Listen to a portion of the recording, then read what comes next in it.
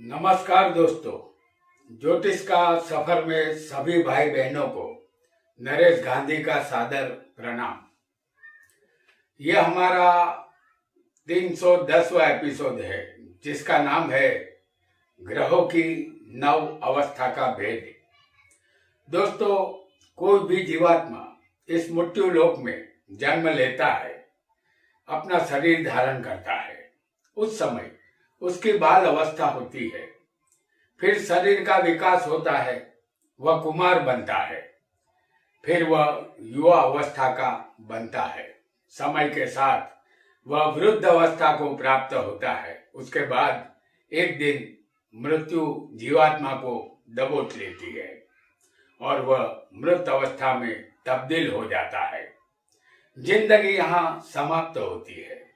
हमारी तरह हमारी कुंडली में भी हमारे जन्म के समय जो ग्रह बैठे होते हैं उनकी अवस्था भी ऐसी ही होती है, लेकिन हम यहाँ 9 ग्रहों की अन्य 9 अवस्थाएं भी होती है जिसे हम आज यहाँ पर जानेंगे।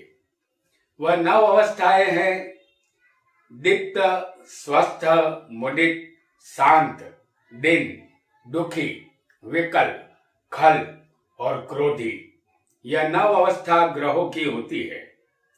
हर अवस्था का अलग अलग फल मिलता है और यह फल तब मिलता है जब उस ग्रह की महादशा आती है।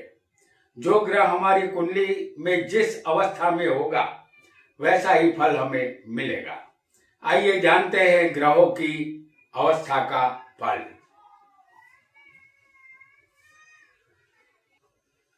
हम आपके सामने मेष लग्न की कुंडली प्रस्तुत कर रहे हैं। आपकी कुंडली में कोई भी लग्न हो सकता है। आपको सिर्फ ग्रह को जिस राशि में होगा उसे याद रखना है। सबसे पहले दीप्त अवस्था का ग्रह उसे कहते हैं जो आपकी कुंडली में उच्च का बैठा होगा। उच्च का कोई भी ग्रह आपकी कुंडली में कहीं भी बैठा हो सकता है, वह दीप्त अवस्था का माना जाएगा। आपकी कुंडली में सूर्य मेष राशि में, चंद्र वृषभ में, मंगल मकर में, बुध कन्या में, गुरु कर्क में, शुक्र मीन में और शनि तुला में उच्च का होता है। यह सब फिक्स राशियां है। जिस राशि में ये तमाम ग्रह जो हमने बताए वो उच्च के होते हैं और जो ग्रह उच्च के होंगे वह दीप्त अवस्था में होंगे। उदाहरण के लिए ये मेष लग्न की कुंडली है। इस कुंडली में मंगल हम आपको 10वें स्थान में दिखाएंगे। इस कुंडली में मंगल 10वें मकर राशि में उच्च का है। यह मंगल दीप्त अवस्था का होगा। आपकी कुंडली में कोई भी ग्रह उच्च का कहीं भी बैठा हो वह दीप्त अवस्था का ग्रह माना जाएगा। अब जानेंगे दीप्त अवस्था के ग्रह का फल।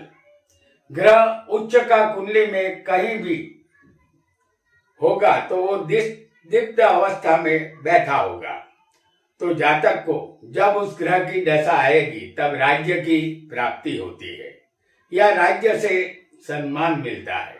जातक में उस दौरान उत्साह, जोश, हिम्मत बढ़ती है। वह धनवान और वाहन का सुख प्राप्त करता है। वह उच्च शिक्षा प्राप्त करता है। अपने भाइयों का सुख उसे मिलता है। पुत्र रत्न की ख्वाहिश पूर्ण होती है। हर कार्य में उत्तम फल उसे मिलता है। यह दीप्त अवस्था के ग्रह का फल है जो हमने यहाँ आपको बताया। अब जानेंगे ग्रह की दूसरी अवस्था को।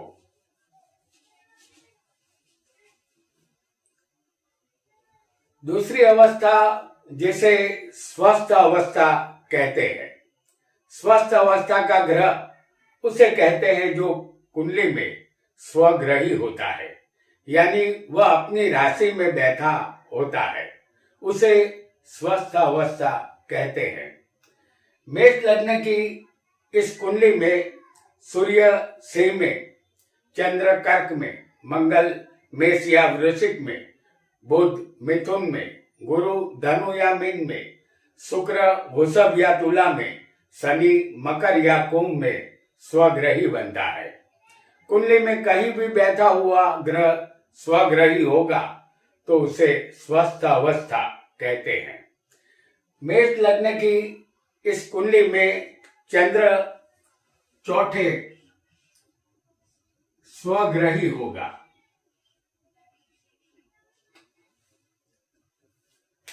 आपकी कुंडली में कोई भी ग्रह स्वग्रही हो सकता है। ऐसा स्वग्रही ग्रह स्वस्थ अवस्था का होता है। अब जानेंगे स्वस्थ अवस्था के ग्रह का फल। जब स्वस्थ अवस्था के ग्रह की दशा आती है तब जातक को धन दौलत की प्राप्ति होती है। जो विद्यार्थी होता है उसे यश की प्राप्ति होती है, उसे डिग्री मिलती है, मान सम्मान का वह अधिकारी बनता है। जमीन, पत्नी और संतान के सुख की प्राप्ति होती है। राज्य से लाभ मिलता है। सबसे ज्यादा तंदुरुस्ती का लाभ उसे यहाँ मिलता है। अब तीसरी अवस्था के विषय में भी हम जानेंगे, जिसे मुदित यानी हर्षित अवस्था कहते हैं। ग्रह हर्षित अवस्था में तब होता है जब वह अपने अधिमित्र ग्रह की राशि में होता है। आपका कोई भी लग्न हो, कोई भी ग्रह अधिमित्र की राशि में होगा तो वह मुदित यानी हर्षित अवस्था में है, ऐसा समझना है। सूर्य के अधिमित्र है चंद्र, क्योंकि सूर्य राजा है, चंद्र रानी है, इसलिए यह अधिमित्र हुए। चंद्र के अधिमित्र है सूर्य, यह हम जान चुके हैं कि यह दोनों राजा रानी है। मंगल के अधिमित्र भी सूर्य है, क्योंकि सूर्य राजा है तो मंगल सेनापति है। दोनों क्रूर ग्रह है और जहां राजा है वहां सेनापति अवश्य होता है। बुध के अधिमित्र शनि है। बुध युवराज है और शनि सेवक है।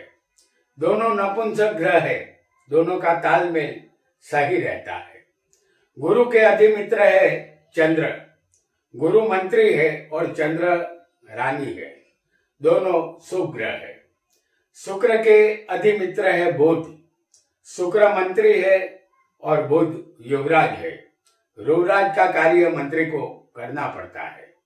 और शनि के अधिमित्र बुध है। बुध युवराज है और शनि सेवक है। युवराज का कार्य सेवक को करना होगा। कोई भी ग्रह अधिमित्र की राशि में होगा तो उसे मुदित अवस्था का ग्रह माना जाएगा। मेष लग्न की इस कुंडली में गुरु चौथे कर्क राशि में होगा।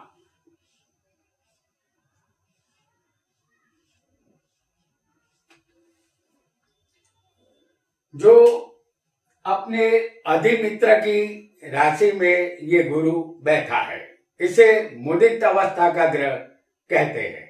बाकी के सारे ग्रह मित्र की राशि में होंगे और ये जो अधिमित्र की राशि में होंगे कोई भी ग्रह, चाहे वो हमने आपको गुरु को दिखाया है, यहाँ कोई भी ग्रह हो सकता है आपकी राशि में, जो अधिमित्र की राशि में होगा तो उसे मुदित अवस्था में है, ऐसा समझना है। अब जानेंगे मुदित अवस्था के ग्रह का फल। जो ग्रह कुंडली में मुदित अवस्था में होता है, उस ग्रह की दशा जब आती है तब जातक को भूमि, मकान, वस्त्रों का लाभ मिलता है। सुगंधित पदार्थों का लाभ, तीर्थ यात्रा का भी लाभ मिलता है। मनोबल इस दौरान दग्ध बनता है।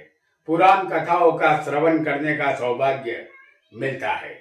जेवरात और मनचाहे वाहनों की प्राप्ति होती है। मुदित ग्रह का उत्तम फल यहाँ मिलता है। अब जानेंगे ग्रह की एक और अवस्था, जो चौथी अवस्था है, जिसे शांत अवस्था कहते हैं। यह अवस्था तब होती है जब ग्रह मित्र की राशि में होते हैं। सूर्य के मित्र चंद्र, मंगल और गुरु है। चंद्र के मित्र सूर्य और बुध है। मंगल के मित्र सूर्य, चंद्र और गुरु है। बुध के मित्र सूर्य और शुक्र है। गुरु के मित्र सूर्य, चंद्र और मंगल है। शुक्र के मित्र बुध और शनि है, और शनि के मित्र बुध और शुक्र है। आपकी कुंडली में किसी भी स्थान में कोई भी ग्रह मित्र राशि में बैठा होगा, उसे शांत अवस्था कहते हैं। इस मेष लग्न की कुंडली में बुध 10वें शनि के स्थान में होगा। जैसे 10वें स्थान में मकर राशि आएगी और बुध होगा 10वें शनि के स्थान में। ये बुध शनि के स्थान में बैठा है, जो उसके मित्र का घर है। इसे शांत अवस्था का ग्रह माना जाएगा। बाकी के ग्रहों को भी इसी तरह आपको समझना है। अब जानेंगे जो ग्रह शांत अवस्था का होगा उसका फल। आपकी कुंडली में कोई भी ग्रह शांत अवस्था में अपने मित्र के स्थान में होगा और उस ग्रह की दशा जब आएगी, उस समय जातक को जमीन से लाभ मिलता है, पत्नी का और संतान का लाभ भी अवश्य मिलता है। विद्या में और धर्म शास्त्र में रुचि रहती है। जातक को अर्थ लाभ होता है। अपने देश में मान सम्मान उसे मिलता है और विदेश यात्रा से भी जातक को लाभ मिलता है। ग्रह की 5वीं अवस्था भी हम जान लेते हैं। 5वीं अवस्था दिन अवस्था होती है। जो ग्रह सम राशि में होगा उसे दिन अवस्था कहते हैं। सूर्य बुध के साथ समता रखते हैं। चंद्र मंगल गुरु शुक्र शनि के साथ समता रखते हैं। मंगल शुक्र शनि के साथ समता रखते हैं। बुध मंगल गुरु शनि के साथ समता रखते हैं। गुरु शनि के साथ समता रखते हैं। शुक्र मंगल गुरु के साथ समता रखते हैं और शनि गुरु के साथ समता रखते हैं। इस मेष लग्न की कुंडली में बुध सूर्य की सिंह राशि में 5वें होगा। जैसे हम यहाँ आपको दिखा रहे हैं बुध को। ये बुध सूर्य की सिंह राशि में 5वें होगा। ये बुध सम राशि में बैठा है। इसी तरह सब ग्रहों के विषय में आपको समझना चाहिए। जो ग्रह सम राशि में होगा वह ग्रह दिन अवस्था का माना जाएगा। अब जानेंगे दिन अवस्था के ग्रह का फल। जातक को दिन अवस्था के ग्रह की दशा आएगी तो उसे अपने पद से नीचे उतरना पड़ता है। नौकरी छूटने का भय रहता है। हर कार्य में पीछे हट करता है जातक। भाइयों से विरोध होता है। उसके हाथों खराब कार्य होते हैं। दुनिया के लोग उसका त्याग करते हैं। उसका शरीर रोग का शिकार यहाँ बनता है। अब जानेंगे ग्रह की 6ठी अवस्था को, जिसे दुखी अवस्था कहते हैं। जो ग्रह अपनी शत्रु राशि में होगा उसे दुखी अवस्था कहते हैं। सूर्य के शत्रु शुक्र और शनि है। चंद्र का कोई भी शत्रु नहीं है। मंगल के शत्रु बुध है। बुध के शत्रु है मंगल और गुरु। गुरु के शत्रु है बुध और शुक्र। शुक्र के शत्रु है सूर्य और चंद्र। और शनि के शत्रु है सूर्य, चंद्र और मंगल। इस मेष लग्न की कुंडली में सूर्य शनि की मकर राशि में 10वें अपने शत्रु के घर में होगा। जैसे सूर्य शनि की मकर राशि में 10वें अपने शत्रु के घर में है। हमने सूर्य को शत्रु के स्थान में दिखाया है। इसी तरह सभी ग्रहों के विषय में आपको समझ लेना है। अब जानेंगे दुखी अवस्था के ग्रहों का फल। जो ग्रह शत्रु की राशि में होगा, उसकी दशा जब आएगी तब जातक को तरह तरह के दुखों का सामना करना पड़ता है। परदेश गमन करना पड़ता है, वहां भी सुख नहीं मिलता। भाइयों से नोकझोंक होती है, चोर और अग्नि का भय रहता है। सरकार से भी दंड का और जुर्माने का भय यहाँ रहता है। आइए ग्रह की एक और अवस्था, जो 7वीं अवस्था है, उसको विफल अवस्था कहते हैं। जब कोई शुभ ग्रह के साथ कोई पाप ग्रह बैठा होगा तो वह शुभ ग्रह विफल अवस्था को प्राप्त होगा। शुभ ग्रह गुरु, शुक्र, बुध और चंद्र है और पापी ग्रह सूर्य, मंगल, शनि और राहु है। ये मेष लग्न की कुंडली है। इस कुंडली में गुरु शुभ होकर 5वें बैठा है।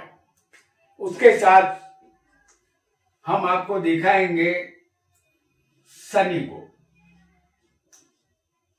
गुरु शुभ है, लेकिन ये गुरु पाप ग्रह शनि के साथ बैठा है, तो गुरु यहाँ विफल अवस्था का माना जाएगा। सब ग्रहों के विषय में आपको इसी तरह समझ लेना है। किसी भी शुभ ग्रह के साथ यदि कोई पापी ग्रह आएगा तो वो ग्रह विफल बन जाएगा जो शुभ होगा। अब जानेंगे विफल अवस्था के ग्रह का फल। जब विफल ग्रह की दशा आती है तब मन में निराशा और हताशा का उदय होता है। ऐसा जातक को डिप्रेशन और टेंशन बना रहता है। मित्रों के मृत्यु के समाचार उसे मिलते हैं। मन दुखी होता है। पत्नी और संतान और वाहन को चोर के द्वारा पीड़ा होती है। अनेक प्रकार के दुख उसे मिलते हैं। अब जानेंगे ग्रह की 8वीं अवस्था को। ग्रह की 8वीं अवस्था को खल अवस्था कहते हैं। जो ग्रह पाप ग्रह की राशि में होगा उसे खल अवस्था कहते हैं। जैसे कोई शुभ ग्रह पाप ग्रह की राशि में बैठा हो उसे खल अवस्था कहते हैं। सूर्य की सिंह राशि, मंगल की मेष और वृश्चिक राशि और शनि की मकर और कुंभ राशि, यह सब पापी राशियां हैं। इन राशियों में कोई शुभ ग्रह होगा उसे खल अवस्था का ग्रह कहते हैं। इस कुंडली में शुक्र लग्न में होगा, जैसे हम आपको दिखा रहे हैं। शुक्र इस कुंडली में मेष राशि में है। यह शुक्र खल अवस्था का माना जाएगा। सबका फल इसी तरह आपको समझना है, क्योंकि हमने बताया था कि वृश्चिक और मेष राशि, सिंह राशि और मकर या कुंभ राशि ये पापी ग्रहों की राशि है। इस राशि में यदि कोई शुभ ग्रह चला जाएगा तो ये खल अवस्था का ग्रह बन जाएगा। तो अब जानेंगे खल अवस्था का फल। जब खल अवस्था के ग्रह की दशा आती है तब जातक को अपने घर में कलेश का सामना करना पड़ता है। प्रिय पात्र से वियोग होता है। शत्रुओं के द्वारा परेशानी होती है। जातक की भूमि का नाश होता है, साथ ही उसके धन का भी नाश होता है। अपने रिश्तेदारों से भी विरोध होता है। यह फल खल अवस्था के ग्रह का होता है। ग्रह की 9वीं और अंतिम अवस्था को भी हम अब जान लेते हैं। ग्रह की 9वीं अवस्था को क्रोध अवस्था कहते हैं। जो ग्रह कुंडली में सूर्य के द्वारा हस्त हो जाता है उसे क्रोध अवस्था कहते हैं। सूर्य के साथ 3 अंश के फर्क में जो भी ग्रह आ जाता है वह अस्त हो जाता है। ऐसे ग्रह को क्रोध अवस्था का ग्रह कहते हैं। मेष लग्न की इस कुंडली में सूर्य के साथ गुरु है। सूर्य 10 अंश का होगा। समझ लीजिए कि हम आपको दिखा रहे हैं सूर्य को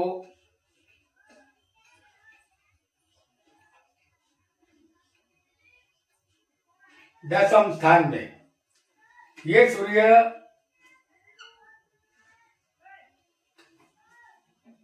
कुंडली में 10 अंश का है, साथ ही गुरु होगा।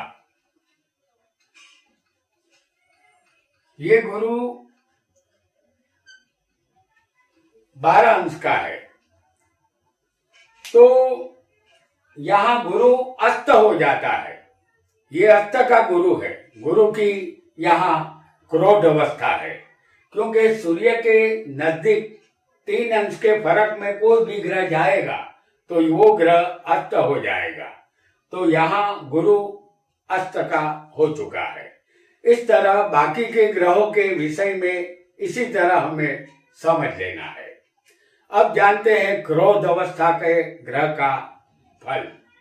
जब क्रोध अवस्था के ग्रह की दशा आती है तब जातक बहुत पाप कर्म करने वाला बनता है। उसकी विद्या का नाश होता है, उसकी पत्नी का भी नाश होता है, धन और संतान का भी नाश होता है, भाइयों का भी नाश होता है। जातक को आंखों का रोग होता है। तो दोस्तों, ये थी ग्रहों की 9 अवस्था, जिसका फल हमने जाना। यहाँ एक बात याद रखनी है, जो ग्रह दीप्त और स्वस्थ अवस्था का है उसका पूर्ण फल मिलेगा। जो ग्रह मुडित और शांत अवस्था में होगा उसका मध्यम फल मिलेगा।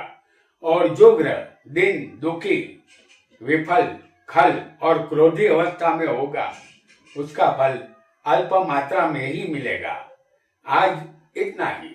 आपका बहुत बहुत धन्यवाद।